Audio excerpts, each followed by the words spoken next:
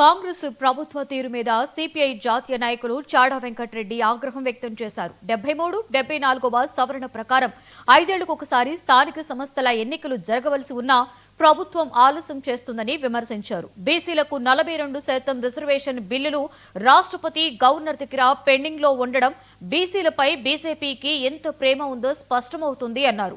GO number 9 పై high court stay విధించడంతో రాష్ట్ర ప్రభుత్వం సుప్రీంకోర్టును ఆశ్రయిస్తుందని తెలిపారు.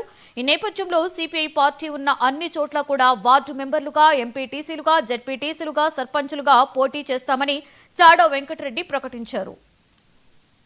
ఇప్పుడు తెలంగాణలో స్థానిక సంస్థల ఎన్నికలకు సంబంధించినటువంటి ఒక రకమైనటువంటి ఉత్కంఠ వాతావరణం నెలకొంది. గతంలో ఎన్నడూ ఇట్లాంటి వాతావరణం లేదు. దీనికి సంబంధించి పరిశీలిస్తే ఎన్నికలు 2 సంవత్సరాల క్రితం కావాలి. 73, 74 రాజ్యాంగ సవరణ ప్రకారంగా 5 ఏళ్ళు విధిగా జరగాలి. కానీ ఎందుకు పాలకులు జరపట్లేదు అర్థం కాదు.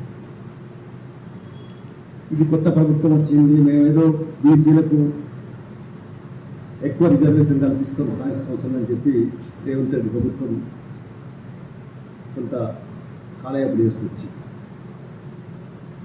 ఇప్పుడు కేంద్రం నుంచి మనకు 73, 74 రాజ్యాంగ సవరణ ద్వారా కేంద్రం నుంచి స్థానిక సంస్థలకు డైరెక్ట్గా ఇప్పుడు 3,000 కోట్ల రూపాయలు ఆగిపోయాయి. అంటే మనకు గ్రాంట్ రావాలి, ఎన్నిక జరపలేదు కదా ఇవ్వాలి. ఇప్పుడు ఇక్కడేమో కాంగ్రెస్ ప్రభుత్వం బీసీలకు మేము ఎక్కువ శాతం పెరిగింది అని చెప్పేసి 2024 బేసిక్గా ఈ కుల జనగణన చేపట్టి వాళ్ళకి 42% అసెంబ్లీ తీర్మానం చేసి రాష్ట్రపతికి ఒప్పించారు. ప్రధానంగా